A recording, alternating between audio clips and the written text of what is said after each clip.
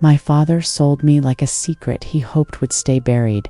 That's the thought that echoes in my mind, low and constant, as the black town car winds through rain-slicked streets and the city's neon dreams blur by my window. Each drop on the glass is another second lost, another promise broken. I press my fingers against the cold leather seat, trying to still the tremor in my hands. The man beside me is silent. His driver glances up at the rearview mirror, but his eyes dart away when they meet mine. I wonder if he sees the ghost of the girl I was, or the prisoner I'm becoming. The car stops in front of a house I've never seen, its windows lit like watchful eyes. The rain is louder now, drumming on the hood as I step out, dress clinging to my skin, breath shallow, heart pounding. He waits for me on the steps. Luca Romano. His suit is perfect, his hair dark, rain untouched. I know his name from whispered threats, newspaper stories, and the way my mother flinched whenever the Romano family was mentioned in the kitchen. Now he is not a story. He is my fate. Welcome home, he says, his voice smooth as smoke and twice as dangerous. I want to run. I want to fight. Instead, I nod because a girl sold as a bride knows the value of silence. Inside, the air is thick, with expensive cologne and secrets. Luca leads me through marble halls, his steps slow, deliberate, echoing off high ceilings. Portraits of grim men and beautiful, cold women line the walls. I feel their eyes on me. So this is what a cage looks like when it's made of gold and history. You'll sleep in here, he says, opening a door to a bedroom bigger than my childhood home. There are no bars, but I feel them all the same. I turn to him, and for a moment I see not a monster, but a man ruthless. Yes, but also alone. Why me? My voice is softer than I mean it to be. His eyes, dark and unreadable, flicker. Your father owed a debt. I collect what I'm owed. The answer chills me. I remember the stories men disappearing, secrets bought with blood, and daughters traded like chips at a table. He could hurt me. He could protect me. Maybe both. Maybe at the same time. Luca steps closer. I flinch, but I don't move away. He studies me, gaze slow, heavy, as if he's memorizing every detail for leverage later. Don't be afraid, he says, but there's an unspoken threat curling beneath his words. I know enough to recognize that comfort from a man like him is another form of control. My heart aches with betrayal. My body tenses with something darker, fascination I can't admit, not even to myself. His hand lifts, hesitates, then brushes a strand of wet hair from my cheek. His touch is colder than the rain. I can't tell if it's meant to be gentle. This house is yours now, he says. Your freedom is not. He leaves me standing in the center of the room, chandelier light glinting on the tears I won't let fall. I count the sound of his footsteps as he disappears down the hall. Each one is a reminder that I am not alone. I am watched, measured, claimed. I sit on the edge of the bed, too restless to lie down. The silk sheets are smooth, untouched. How can I sleep in a place where nothing belongs to me? I remember my mother's warning the night before, her voice low. Don't let them see you break. Even when you do. A creak in the hallway. Shadow at my door. I hold my breath. The door stays closed. But I know he's out there, somewhere in the dark, waiting for the next move. I am not the girl I was yesterday. Tomorrow, I may not be the girl I am tonight.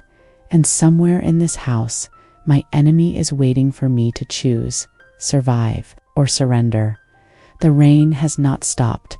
It lashes the windows, 1,000 small violences marking time I can't measure. In this house, day and night blend into something slow and heavy. I wander the halls, counting my steps, counting the locked doors. Breakfast arrives on a silver tray I didn't order. Eggs, fruit, dark coffee that smells richer than any I've ever tasted. Fritz, no, not Fritz, but a housekeeper in white sets it by the window without a word. I don't touch it. I listen for Luca. The silence between us is the truest language we share. He is nowhere, yet everywhere I feel him in the hush of the staff, in the distant click of expensive shoes on tile. In the way I hesitate before opening any door. I am being watched. I am always being watched. But why am I a threat, a prize, or just another secret to keep? By noon, I brave the library. The walls are lined with books leather-bound, ancient, their spines proud and unread. Dust motes drift in golden bars of sunlight. It's too quiet. The door opens behind me. His steps are slow, deliberate. I sense him before I hear him, exploring.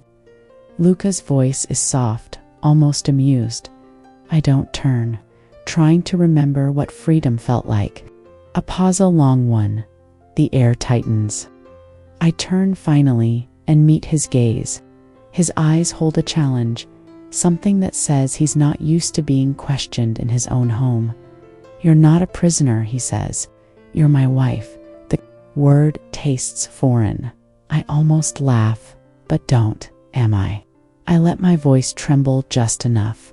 I never agreed to be. His face is stone, but I catch the faintest shift in his jaw. Agreement is a luxury neither of us had, he answers. I step closer, testing the distance, testing him. Why did you choose me, Luca? Was it revenge? Was it love? Or just convenience? His mouth curls into a smile, dangerous, unreadable. Does it matter? Your father signed the contract. You're mine now. My hands clench, nails biting into my palm. His words should make me hate him, but they only make me burn anger, fear, something darker I'm afraid to name. He moves, so close I can feel the warmth of his breath on my cheek. There are rules here, he murmurs. Break them, and you'll learn the price. Obey, and you might even find a life worth living. What if I want neither? What if I want to break him instead? His fingers brush my wrist, gentle but controlling. I flinch, but do not pull away. He lifts my hand to his lips, pauses, then lets it fall. Dinner is at 7, he says, turning to leave. Don't be late. You wouldn't want to make a habit of disrespect. The door clicks shut. I'm left with my own heartbeat echoing in the silence, a frantic drum in a palace of ice. I should be terrified, but all I feel is alive more than I ever have. Is this what it means to be owned by the enemy? Or am I learning how to own myself?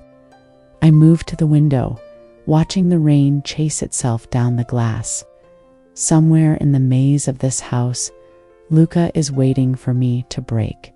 I promise myself I won't, not tonight, but as the clock ticks toward evening, I realize with a shiver, the most dangerous secrets are the ones we keep from ourselves.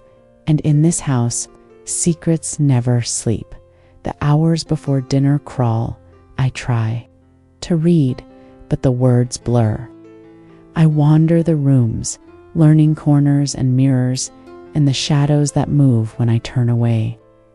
I am not locked in, not truly, but every door feels like a test, every hallway like a dare. When 7 comes, I change into the dress laid out on my bed, deep red silk. Nothing I would have chosen. It fits too well. Someone knows my size, my shape. Someone wants me to feel. Exposed, the dining room glows with candlelight.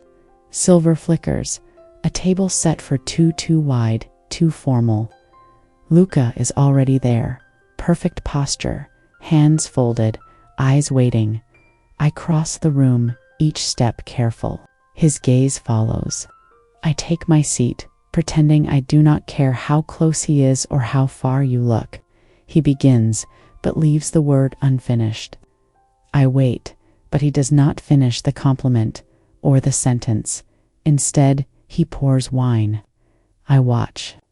His hands steady, sure, unhurried. Why this, I ask, my voice soft. Why candles, silk, all this effort? He meets my eyes, unblinking. Appearances matter. In my world, nothing is as it seems. His world, not mine. Not yet. The first course arrives, served by silent staff who never make eye contact. I taste nothing but pretend. Luca eats slowly. Methodically. The silence stretches a tightrope between us. He breaks it. What did your father tell you about me? I set my fork down carefully. That you are dangerous. Debts or danger? Neither, he says, voice low. His words slide beneath my skin. He studies me, searching for something. You're not afraid of me, not the way you should be. Maybe I'm too angry to be afraid, I answer, surprised by my own honesty. His eyes sharpen. Anger can be useful, so can fear. But trust is the rarest thing in this house. Just pours more wine, the liquid crimson in. The crystal trust is earned. So is freedom. He stands, crossing behind my chair. I tense, every nerve awake. His hand touches my shoulder, a claim, a warning, a promise. Remember, Bella, he whispers, breath warm against my ear. In this house, loyalty is more dangerous than betrayal. Choose carefully. He is gone before I can speak. The room feels colder. The candles burn lower. I sit alone, my heart a fist in my chest. Is this marriage or a chess game with no rules? And what if the only way to win is to lose myself? Outside, the storm rages on. In here, another storm is just beginning. Sleep doesn't come. I lie in the silk sheets, staring at a ceiling painted with golden vines. Every shadow feels alive. The silence hums with things unsaid. I replay every moment, my father's pale face as he signed me away, my mother's trembling hands, Luca's gaze that cuts deeper than any threat. They chose this for me, but I am the one who must live it. A knock at the door startles me, too gentle for a guard, too late for a servant. I rise, heart thudding, and open it a crack. Luca stands in the hallway, unbuttoned shirt, darkness in his eyes. He says nothing at first. The silence is heavy, dangerous, can't sleep. His voice is low, rough with something I can't name. Hesitate. Is it safe too? He smiles one corner of his mouth, a secret not meant for me. Depends on who you trust. He steps inside, uninvited but impossible to deny. The door closes behind him with a soft click that feels final. He moves to the window, parting the curtains just enough to glance at the rain-drenched garden below. I watch the muscles shift under his shirt, the scars faintly visible on his skin. My father betrayed yours once, he says, quiet. He paid with his life. Debts in my world are not forgotten, only delayed. I sense a crack in his armor. Is it pain or just calculation? Does he want me to see it? He turns, face half lit by the street lamp outside. Do you know what I hate most? Weakness in myself, in others. I meet his gaze. Then why did you marry me? You must see I am not strong. His eyes narrow, studying me as if I'm a puzzle he's only half solved. Strength isn't what you think. Sometimes it's the will to survive no matter how much you want to run. He steps closer, close enough that I can smell rain and expensive cologne. His hand brushes my jaw, holding me still, not rough but not soft. Do you want to run? He asks, and for a heartbeat, I can't speak. I want to scream. I want to shatter every window in this house. But most of all, I want to understand why. My heart races when he touches me like this. I shake my head, barely know. I whisper he lets go, but doesn't move away. Good, he says, because running only makes you easier to catch. The words linger between us, hot and cold at once. Then he steps back, glancing once at the bed. Sleep, Bella. Tomorrow you'll need your strength. My family expects a wife who knows her place or knows how to fight for it. He leaves. The door clicks. My knees almost buckle, but I stand tall until I'm sure he's gone. I am not the girl who arrived here yesterday. I am learning the power of silence, of watching, of wanting. As the rain quiets and the house sinks into uneasy sleep, a single truth forms inside me, clear and hard as glass. If I must survive this, I will become someone even Luca cannot control. The danger isn't just in loving him. The danger is in what I might become. Morning arrives with a sharp knock at my door. Sunlight slants across the room, painting gold onto the cold. The housekeeper stands waiting, her hands folded, gaze fixed. Somewhere past my shoulder, Mr. Romano asks that you dress. The family is expecting you for breakfast. The words are polite, but I sense the command in them. One, choose a black dress from the wardrobe, simple, unyielding. When I look in the mirror, I see someone I don't quite recognize. Downstairs. Laughter echoes from the dining room, sharp, falls and quickly silenced as I enter. Luca sits at the head of the table, flanked by men and women with eyes like razors. His family, my jailers, my witnesses. He stands. This is my wife, he says, voice steady but loaded. A woman with perfect hair looks me over, a smile too wide on her lips. So you're the girl who tamed the lion? Her words are soft, but her meaning is barbed. Luca. Single quotes, eyes flick to Mina. Warning, a dare.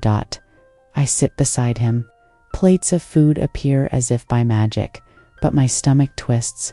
A man to seats down. Giovanni, Luca's cousin, if I remember right, leans forward, his voice oily.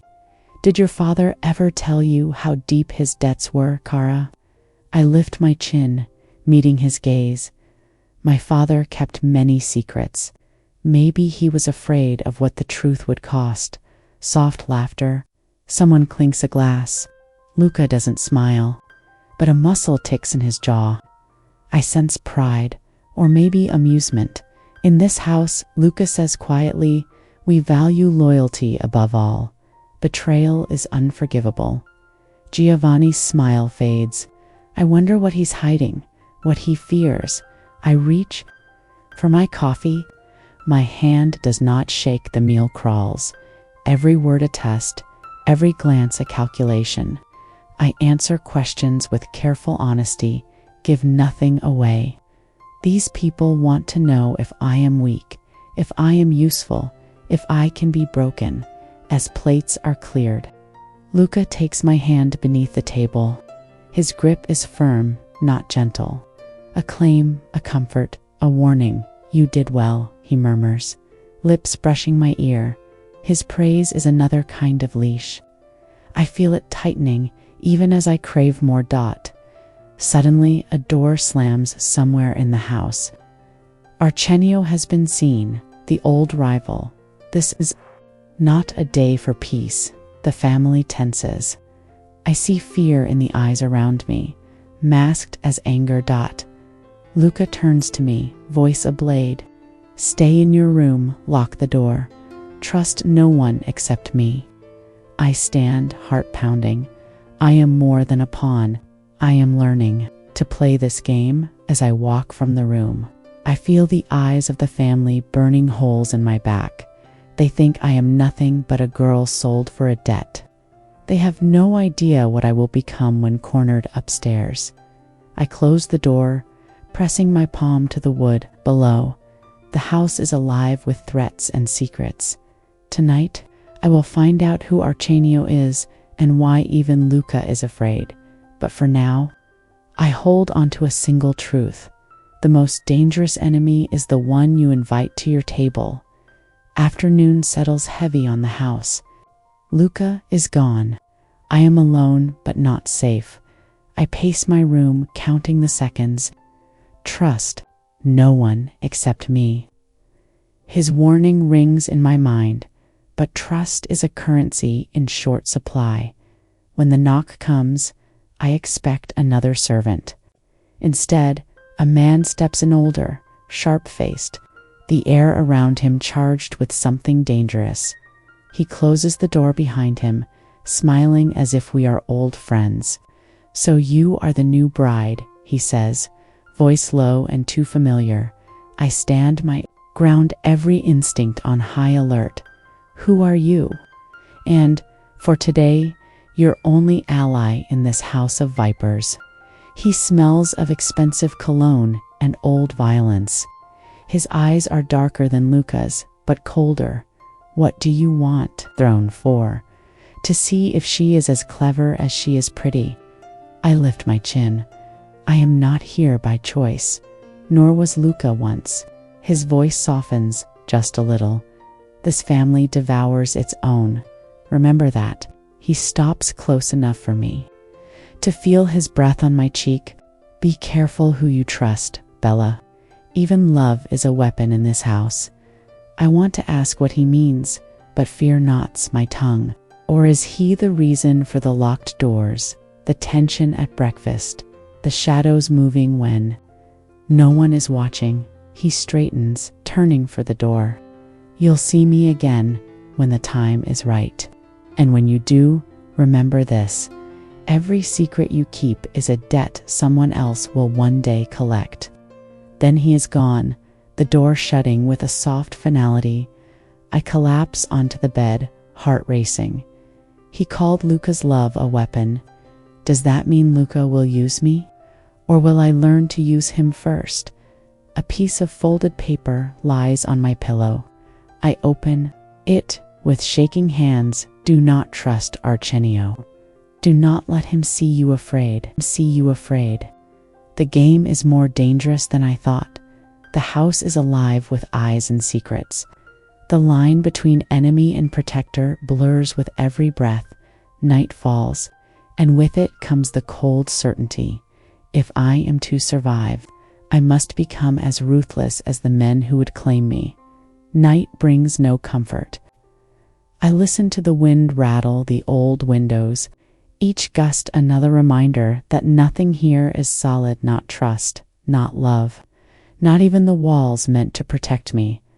I light a single candle and sit by the window, its flickering glow barely touching. The darkness, I have never felt more alone, but alone is safer than betrayed. When Luca enters, I do not turn. I hear the door close, the slow, measured steps across the rug. "You met Archenio," he says quietly. I keep my voice steady.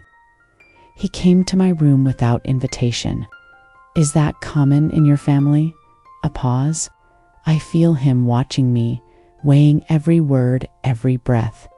"He is dangerous," Luca says, voice like broken glass. "He wants my throne, and now, perhaps, my wife." I stand, candle in hand, turning to face him fully. "Why am I here, Luca? Truly, am I your shield, your pawn, or your prize?" His eyes flash a storm behind them. "You are mine, and no one takes what is mine." I want to believe his possessiveness is protection. But what if it's just another cage? He steps closer, and the space between us sizzles with words unspoken. "Archenio tests you. If you show fear, he will use it. If you show loyalty, he will doubt it. Survive him, and you prove you belong." My hand trembles. I set the candle down before it betrays me. "Then teach me," I say, softer than I intend. "Teach me how to survive you all." His lips curve not into a smile, but something roar, almost reverent. You learn quickly, Bella.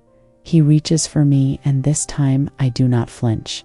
His hand on my waist is heavy, warm, grounding.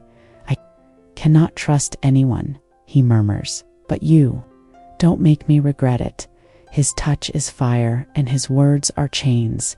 But when he leans in, I let him. Not because I am weak, because I am choosing to see if power can be shared, not just taken. His mouth brushes mean a threat.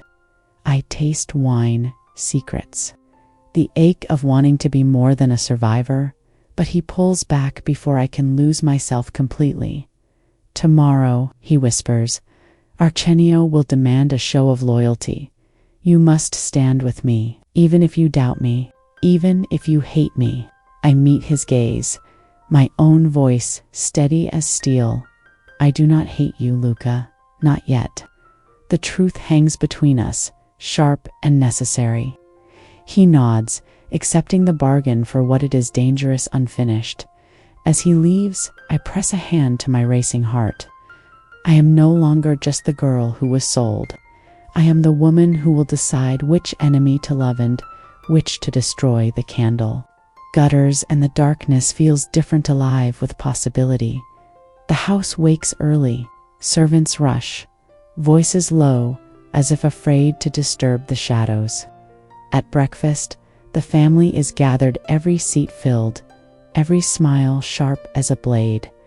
Arsenio sits opposite Luca. He wears black, a ring heavy on his hand, eyes never leaving mine. Luca single quotes. Hand finds my thigh beneath the table, steady. Possessive. Giovanni toasts the family, voice oily.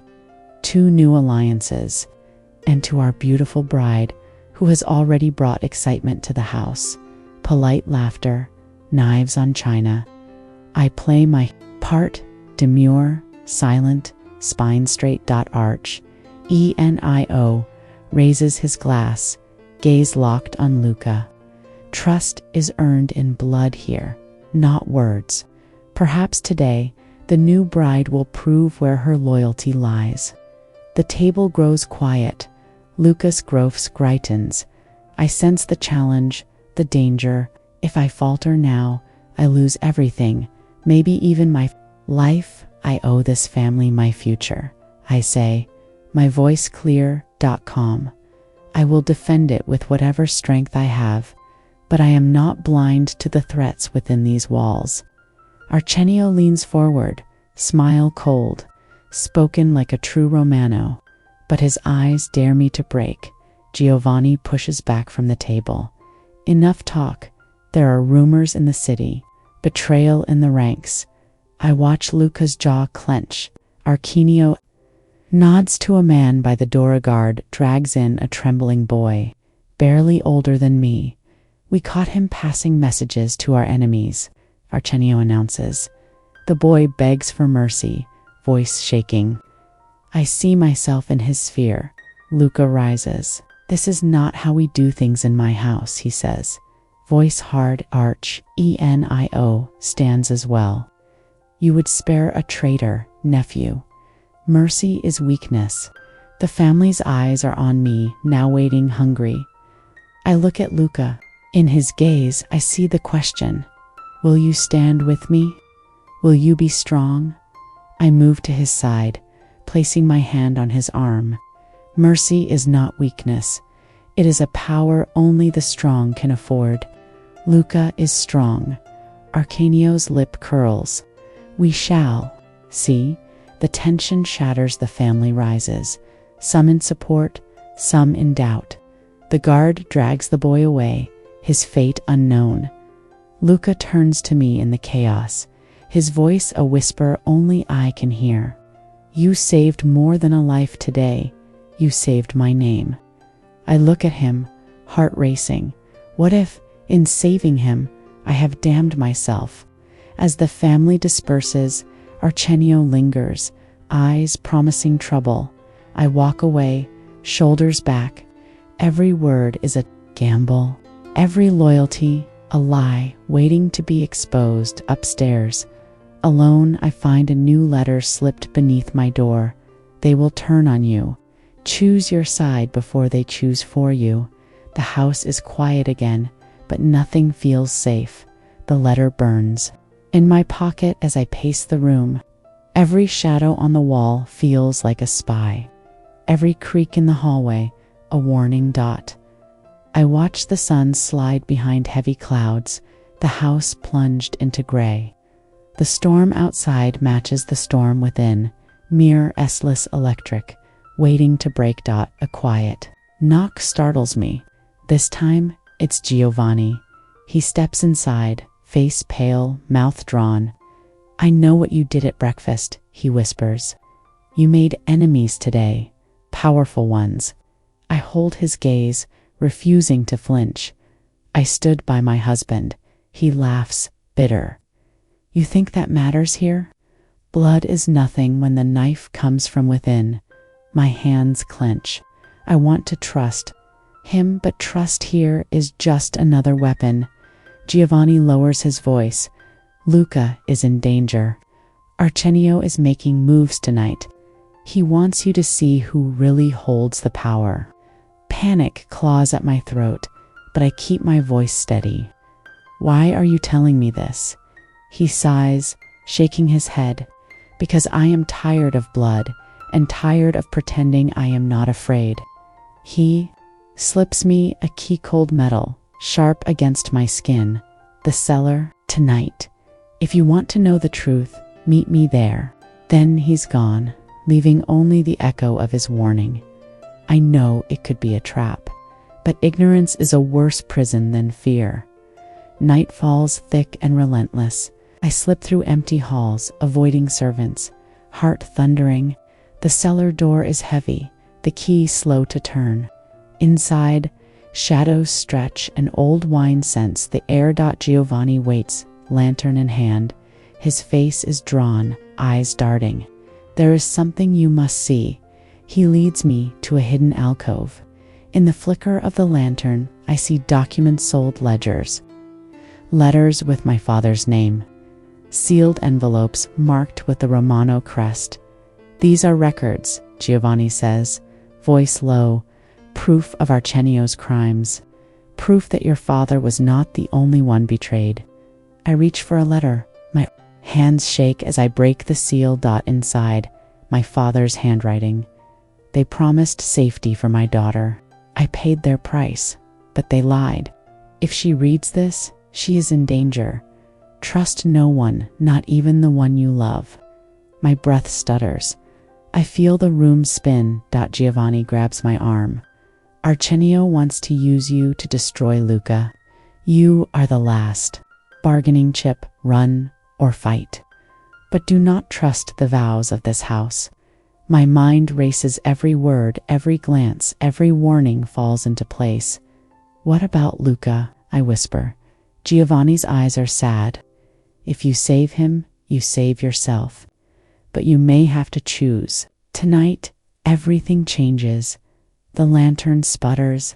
Above, I hear footsteps, many rushing. Urgent, the house is at war, and I am the secret they all want to claim. I clutch the letter to my chest, breath caught between hope and dread. Tonight, I must decide. Am I a pawn, or the queen who will rewrite the game? The cellar air is cold as knives. My heart pounds with the weight of my father's words. Trust no one, not even the one you love. But Luca, is he the danger or my only way out? Above, chaos has erupted. Shouts, footsteps, doors slamming. The family is fracturing. The old alliances are breaking in real time. Giovanni squeezes my shoulder. "If you're going to act, it has to be now. Arsenio won't wait."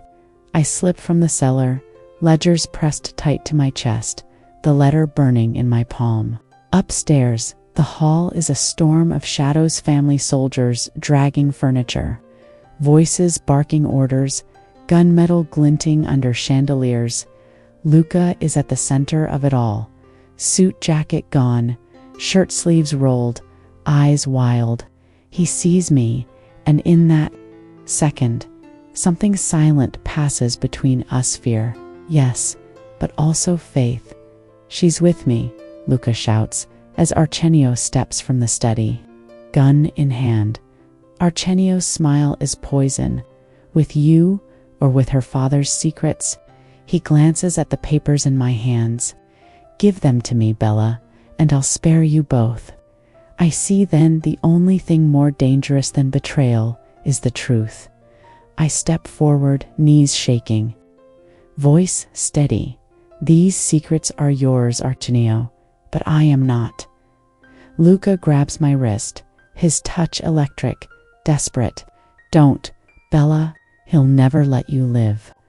I look at Luca, see all the unspoken apologies and impossible hopes in his eyes.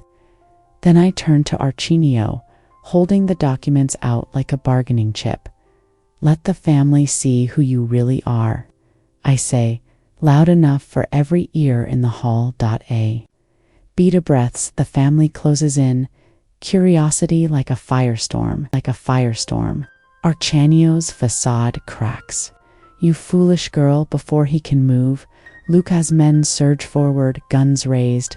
The family watches, silent, as the truth unspools from my shaking hands. Ledgers, letters, betrayal marked in ink and blood. Arsenio lunges, but Luca is faster. He disarms him, pressing the muzzle to his uncle's chest. It's over, Luca says, his voice trembling not with fear, but with the release of 100 nightmares. Your reign ends tonight. For a moment, the house holds its breath. I find my voice soft but unbreakable. I am not my father's daughter, or a pawn in your game. I am the queen now, and I choose who lives and who pays. The family bows its head. Arsenio is taken. Away, his power shattered. Luca turns to me, breathing hard, eyes wide with awe and something deeper. Bella, what have you done? I have survived. I have become what I feared and what I needed. Not just a wife, not just a survivor, but the woman who changed everything. As dawn breaks through the stained glass, the house is reborn, washed clean by a storm of secrets. The sun breaks over the city, painting the world in fragile gold. The house feels different, emptier, lighter, the shadows swept away by everything that's been revealed. I walk through the halls, ledgers gone, my father's letter folded close to my heart.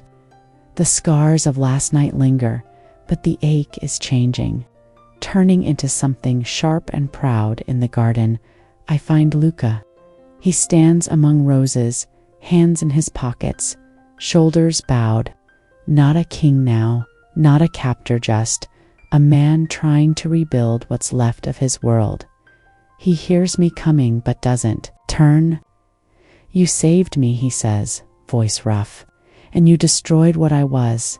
I step beside him, feeling the morning sun on my skin.